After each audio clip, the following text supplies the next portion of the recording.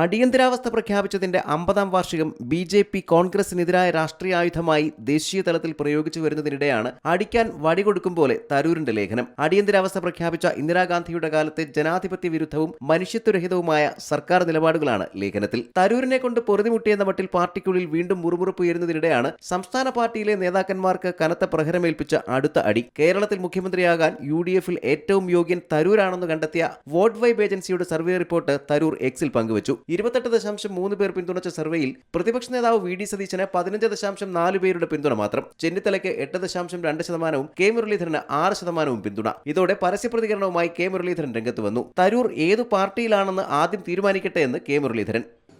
UDF അധികാരത്തിൽ വന്നാൽ UDF മുഖ്യമന്ത്രിയാവും.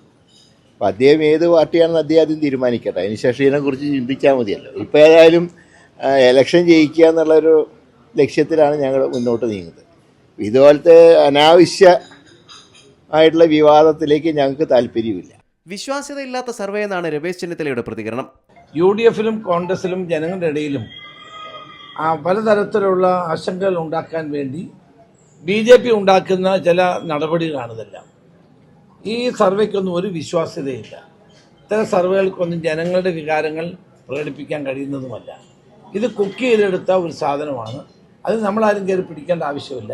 തെരഞ്ഞെടുപ്പ് ആകുമ്പോൾ ഇതുപോലുള്ള പല പ്രവചനങ്ങളുമായിട്ട് ആളുകൾ ഇറങ്ങും. അതൊക്കെ എല്ലാ കാലത്തും ഉള്ളതാണ്. അതിനെ ബി.ജെ.പിയുടെ കേന്ദ്രത്തിൽ നിന്നാണ് ഇത് പുറത്തു വന്നതെന്നാണ് എനിക്ക് മനസ്സിലാക്കാൻ കഴിയുന്നത്. ഓപ്പറേഷൻ സിന്ദൂർ വിശദീകരിക്കാനുള്ള നരേന്ദ്രമോദിയുടെ നയതന്ത്ര സംഘത്തിന്റെ നേതാവായി പാർട്ടിയുടെ അഭിപ്രായം അവഗണിച്ച് പോയത് മുതലാണ് അടുത്ത കാലത്ത് തരൂർ നോട്ടപ്പുള്ളിയായത്. ഈ വിവാദം അടങ്ങുന്നതിന് മുമ്പാണ് പാർട്ടിയെ വീണ്ടും മുള്ളിന്മേൽ നിർത്തുന്ന തരൂരിന്റെ ചില വികൃതികൾ. News desk Zee Malayalam news. ഏറ്റവും പുതിയ വാർത്തകളും വിശേഷങ്ങളും വിരൽത്തുമ്പിലറിയാൻ സി മലയാളം ന്യൂസ് എല്ലാ ഡിജിറ്റൽ പ്ലാറ്റ്ഫോമുകളിലും ലഭ്യം.